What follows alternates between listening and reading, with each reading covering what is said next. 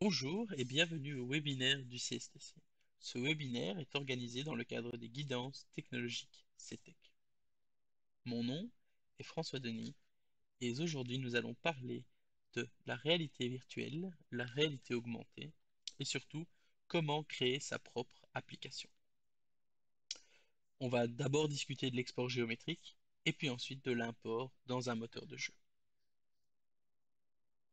Mais avant, je vais vous montrer quelques exemples d'applications je dirais, personnalisée que nous avions développée. Dans ce cas-ci, c'est une application, vous voyez, badgée BBRI CSTC ou ETCB, dans lequel il y a de nombreuses petites fonctionnalités. Par exemple, la visualisation d'un détail technique sur une table ou sur un plan. Dans ce cas-ci, avec mon smartphone, je scanne la surface, je peux y placer un détail technique. C'est comme si j'avais une maquette devant moi, sauf que bien sûr, elle n'existe pas en réalité. Et avec l'appareil photo et la caméra de mon smartphone, je peux me déplacer et visualiser cet objet. Une autre fonctionnalité, dans ce cas-ci, je scanne le sol et je suis capable de placer un objet. Dans ce cas-ci, vous allez voir, c'est un radiateur. Bon, normalement, on ne place évidemment pas un radiateur en plein milieu d'une pièce, mais on peut le placer le long d'un mur et demander au client si ça lui correspond bien, s'il veut changer la couleur, la taille, le modèle, etc. Et donc, pour pouvoir développer ses propres applications en fonction de vos propres besoins spécifiques, il faut pouvoir être capable d'importer les modèles. Un autre exemple est une application que on avait fait développer par un partenaire externe qui permettait de visualiser un peu le futur bâtiment du KLKL, du CSTC, et surtout comment certaines démos pourraient se mettre en place. Dans ce cas-ci, c'est une démonstration de drone qui nous permet d'aller voir dans cette petite alcôve un objet qu'on ne pourrait pas voir autrement et qui permet de montrer un peu le potentiel de la technologie drone. Ou par exemple de visualiser la future zone de démonstration afin de voir si voilà, l'espace nous correspond, si les techniques sont bien placées, ou s'il est possible de faire ces démos. On peut également faire des applications un peu plus didactiques, je dirais, où l'utilisateur peut visualiser autour de lui et puis peut interagir avec des objets. Dans ce cas-ci, voilà, il peut consulter les informations d'un objet ou d'un autre. On peut également visualiser les techniques, puisqu'on peut jouer avec la transparence, contrairement au monde réel où on est limité. Ici, on peut vraiment mettre, voilà, mettre certains objets en transparence et certains objets en non-transparence.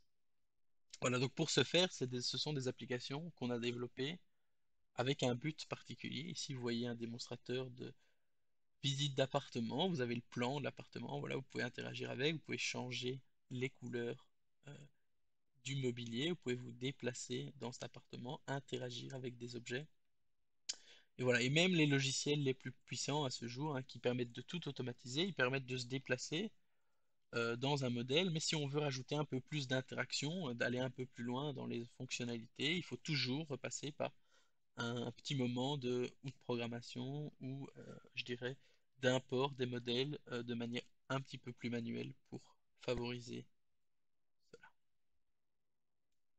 Alors, vous voyez qu'on se déplace, on peut remplacer des mobiliers les uns par les autres, on peut éteindre ou allumer les lumières, etc. Et donc, comment est-ce qu'on peut faire ce genre d'application? Eh bien, la règle, c'est déjà d'avoir un modèle source. Alors, un modèle 3D, c'est le minimum. Idéalement, évidemment, un modèle BIM, puisque ce modèle BIM va être un jumeau virtuel du futur bâtiment. Ça va être un des meilleurs moyens pour importer une visualisation qualitative de ce bâtiment. Pour ce faire, l'idée et tout le concept, c'est de passer de ce logiciel BIM, hein, Revit, Archicad, Vectorworks, et ensuite de pouvoir le passer dans un moteur de jeu qui peut être Unity, Reflect, bref, il y en a d'autres, hein. Mais l'idée, c'est vraiment faire de ce passage depuis le logiciel de modélisation vers le logiciel de rendu. On va dire qu'il existe trois grandes manières de le faire. Évidemment, on peut faire un export standard, c'est-à-dire dans le logiciel qu'on utilise, il y a une propriété qui permet d'exporter le modèle en 3D, alors avec ou sans les matériaux, d'une manière plus ou moins structurée selon les logiciels, mais c'est une fonctionnalité qui existe. Il existe parfois des moyens d'aller de manière un petit peu détournée faire des exports personnalisés, donc soit en jouant dans les paramètres d'export, soit en utilisant des petites applications, des petits plugins qui permettent d'aller un petit peu plus loin, un peu comme ça se fait pour l'IFC, notamment sur certains logiciels. Et puis il y a la possibilité de complètement utiliser des logiciels et des plugins externes, parfois payants, souvent payants d'ailleurs, qui permettent voilà, d'optimiser un petit peu le processus pour s'assurer que ce soit de meilleure qualité avec un petit peu moins de travail. Un exemple, donc ici on est dans l'application Revit, et si dans Revit on prend ce modèle-ci, hein, qui est le modèle classique, il est possible en allant dans Fichier, Exporter, d'exporter directement un fichier FBX, qui est un moyen de faire un fichier d'échange. Si on exporte ce fichier FBX, vous allez voir que c'est un seul fichier unique. Et ce fichier, il peut être installé ou importé directement dans un logiciel, dans ce cas-ci Unity. Voilà, vous avez votre modèle qui est importé, et si je le charge dessus, directement, il me charge le modèle, et puis vous allez voir également ici, vous avez toutes les familles, vous pouvez reconnaître les Unique ID des objets, et puis le nom de chaque objet qui se situe dans ce modèle. Par contre, vous allez voir que par défaut, les matériaux ne sont pas passés, et donc par exemple les fenêtres ne sont pas transparentes. Vous avez vraiment une maquette blanche. C'est vraiment l'équivalent d'une maquette qu'on aurait faite en réalité. Par contre, voilà, les objets sont bien situés les uns par rapport aux autres. Vous avez quand même le nom des objets, vous pouvez les identifier. Un des gros problèmes qu'on peut avoir pour faire un rendu qualitatif, c'est que si on sélectionne cette fenêtre, en fait, vous n'avez qu'un seul matériau et qu'un seul objet de base pour la fenêtre. C'est-à-dire que la fenêtre, c'est un objet. Il n'y a pas de distinction entre la structure, le cadre et le vitrage. Et donc, c'est assez difficile de changer le matériau, ou en tout cas, il va falloir un petit peu de travail pour rediviser la géométrie et changer les matériaux. Voilà, donc si je change ici le matériau de la fenêtre par un matériau de couleur rouge, vous voyez que c'est l'intégralité de la fenêtre et non pas uniquement le cadre ou uniquement le vitrage qui change de couleur. L'autre aspect, c'est qu'évidemment les éléments, les objets ne sont pas classifiés, ne sont pas ordonnés. Donc dans cette zone ici à gauche, comme vous pouvez le voir, en fait, Rectangular Mullions, ce sont simplement des éléments verticaux horizontaux d'un mur rideau. Eh bien, ils sont situés au même endroit dans le modèle que une assise ou que de la lumière. Il n'y a vraiment pas de structure de base. Ils exportent tous les objets et la liste de tous les objets sans les trier. Alors, il existe des moyens d'aller un peu plus loin. Par exemple, dans le cadre de Revit, hein, pour ceux qui utilisent un petit peu Revit, il existe Dynamo, qui est un outil de programmation visuelle. Dans d'autres logiciels, il y a des alternatives, hein, Grasshopper notamment. Et puis, il est toujours possible, par exemple, de faire de la programmation. On peut se poser la question de savoir s'il est possible ben, de paramétrer un petit peu la manière dont on exporte pour exporter de manière un petit peu plus structurée. Alors, il est possible de faire comme dans Revit, hein, c'est-à-dire on sélectionne le chemin vers où on veut exporter, on donne un nom à l'objet, et puis on dit quelle vue on veut exporter, et de la même façon, il va exporter le modèle, et ça ce sera un seul modèle, ce sera exactement similaire à ce qu'on a vu. Puis il est possible d'aller un peu plus loin, c'est le cas du script qui est ici, hein. Je ne vais pas rentrer dans le détail, l'idée c'est pas d'expliquer comment ça marche, mais en gros ce que ce script fait, c'est qu'il va exporter par catégorie, donc il va exporter tous les murs, toutes les fenêtres, toutes les portes, et il va les exporter dans des dossiers différents. Donc quand on lance le script, vous avez le logo du CSTC qui s'applique, et puis il vous explique un peu comment ça va fonctionner. Il vous demande où est-ce que vous voulez exporter votre fichier, et puis ensuite, une fois que c'est fait, il demande de le terminer. Vous voyez, vous avez une vérification visuelle de tout ce qui a été exporté, et ensuite, dans votre explorateur de fichiers, donc dans Windows ou dans Mac, vous pouvez visualiser les différents dossiers qui ont été faits automatiquement par le script. Donc, il va exporter séparément les objets dans chaque dossier. Et lorsque vous chargez ces dossiers dans votre moteur de jeu, vous pouvez conserver tous ces dossiers, vous chargez tous les objets, vous allez pouvoir, famille par famille, charger toutes les fenêtres, puis charger tous les murs, etc. Et là, vous voyez le cas d'une fenêtre, il est possible de distinguer plus facilement les matériaux du cadre et du vitrage, puisque comme ça a été exporté objet par objet, on peut aller un peu plus loin dans la distinction des matériaux de chaque objet, sans pour autant rendre un fichier complètement illisible.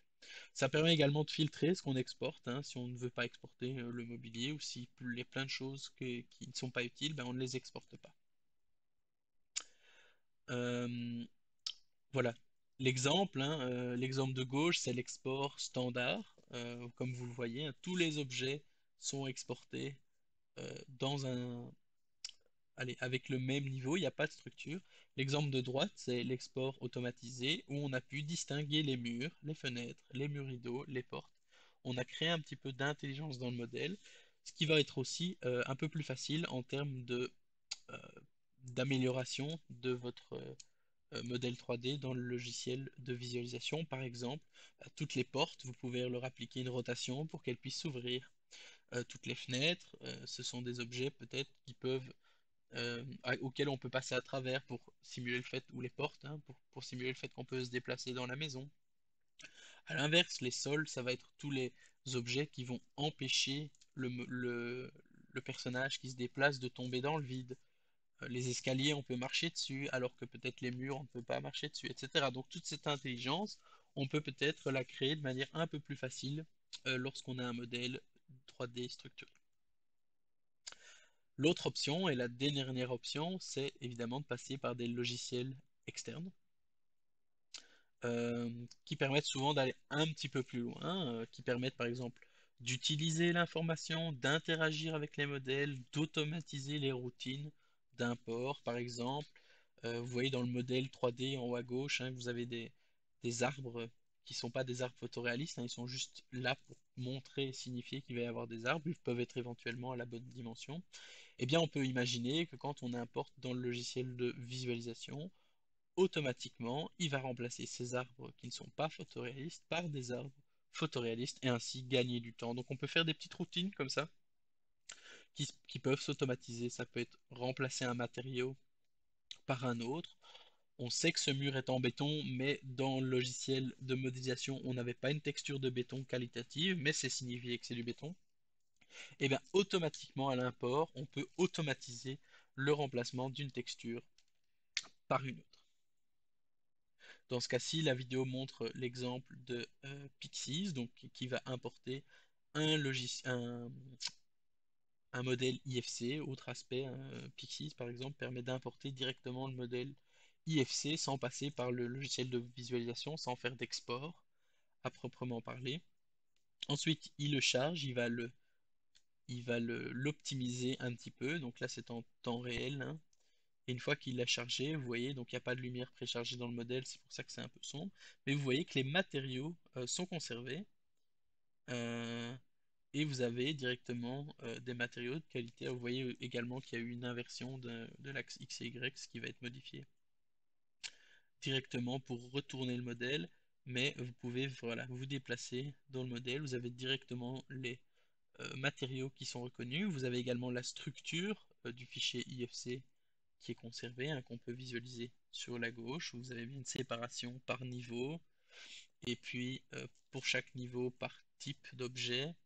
Et puis vous pouvez constater sur la droite qu'il est possible de voir les propriétés. Il est même possible de jouer avec les LOD, qui ne sont pas les LOD des modèles BIM, hein, mais plus l'idée que plus on s'approche d'un élément, plus il va être détaillé, plus on s'en éloigne, moins il va être détaillé, pour ne pas utiliser trop de ressources logicielles euh, et pas trop de ressources sur votre ordinateur ou votre tablette, par exemple. Donc, vous constatez ici sur la gauche qu'on peut consulter les métadonnées des objets et donc ça veut dire qu'on peut interagir également avec, un reconnaître que tel objet est une lampe et donc par définition lui ajouter une lumière, etc., etc. Pixis permet également d'importer des logiciels Revit. L'idée c'est pas d'aller dans le détail, mais vous voyez par exemple ici, hein, que si on importe un modèle IFC, qui est un modèle standardisé avec une structure standardisée, vous allez pouvoir garder cette structure qui est clairement définie, ce qui peut également être être une manière de faciliter hein, la transition de l'un à l'autre, puisque comme on sait comment le fichier FC est structuré, on sait comment le modèle de visualisation est structuré, donc on peut un petit peu optimiser les process de visualisation. Voilà, ce schéma résume un petit peu hein, l'idée derrière le process, derrière l'import des modèles 3D vers un moteur de jeu. Par contre, un sujet qu'on n'a pas du tout traité aujourd'hui dans le cadre de ce webinaire, c'est comment est-ce que je vais créer mon application. Pour ce faire, souvent il faut un peu de programmation, un peu des essais, des erreurs. Et voilà, il existe des outils, hein, j'ai notamment déjà mentionné une fois ETI plus Explore, qui permettent de faciliter un petit peu la manière de créer ces outils de visualisation. Maintenant, pour des usages simples, hein, comme charger un modèle et se déplacer dedans, on peut très bien avoir des templates déjà faites qui font que voilà, on a juste à importer le modèle, on appuie sur Play ou sur Compiler et directement l'application est finalisée. Je vous remercie pour votre temps. Et puis, évidemment, l'idée c'est que peut-être plus tard, au lieu d'avoir cette application CSTC, vous auriez votre propre application pour smartphone qui permettrait à vos clients ou vos collègues de visualiser des détails constructifs ou que sais-je, peut-être leur future maison grâce à leur smartphone qui se situe dans leur poche.